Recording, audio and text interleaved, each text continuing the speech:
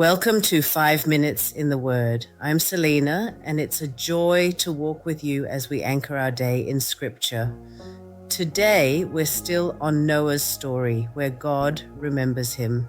Our Bible reading is from Genesis chapter 8, verses 1 to 22. Genesis chapter 8, verse 1.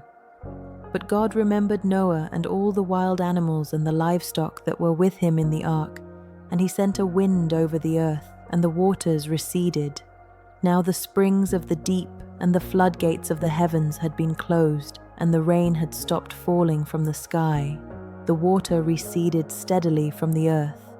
At the end of the 150 days, the water had gone down, and on the 17th day of the 7th month, the ark came to rest on the mountains of Ararat.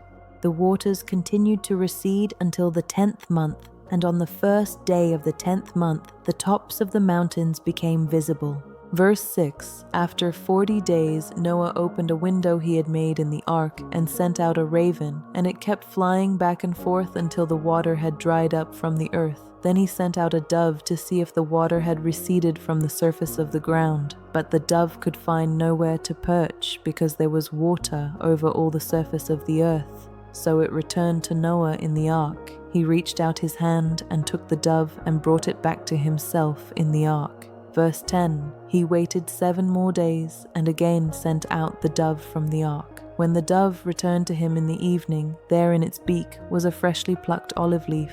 Then Noah knew that the water had receded from the earth. He waited 7 more days and sent the dove out again, but this time it did not return to him. Verse 13, By the first day of the first month of Noah's 601st year, the water had dried up from the earth. Noah then removed the covering from the ark and saw that the surface of the ground was dry. By the 27th day of the 2nd month, the earth was completely dry. Then God said to Noah, Come out of the ark, you and your wife and your sons and their wives. Bring out every kind of living creature that is with you, the birds, the animals, and all the creatures that move along the ground, so they can multiply on the earth and be fruitful and increase in number on it. Verse 18, So Noah came out together with his sons and his wife and his sons' wives. All the animals and all the creatures that move along the ground and all the birds, everything that moves on land, came out of the ark, one kind after another. Verse 20, Then Noah built an altar to the Lord, and taking some of all the clean animals and clean birds, he sacrificed burnt offerings on it.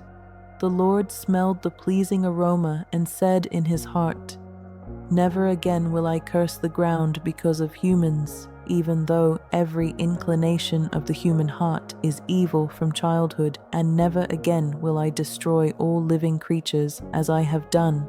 Verse 22, As long as the earth endures, seed time and harvest, cold and heat, summer and winter, day and night will never cease. May the Lord bless the reading of his word. Amen. In this passage, here's the encouragement I want to leave with you. In the stillness after the storm, God remembered Noah. Your season of waiting is not forgotten. He is working behind the scenes to bring you into dry ground.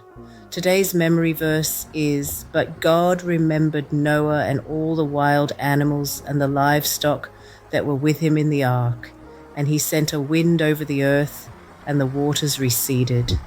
Genesis 8:1. God bless you. Join me again tomorrow.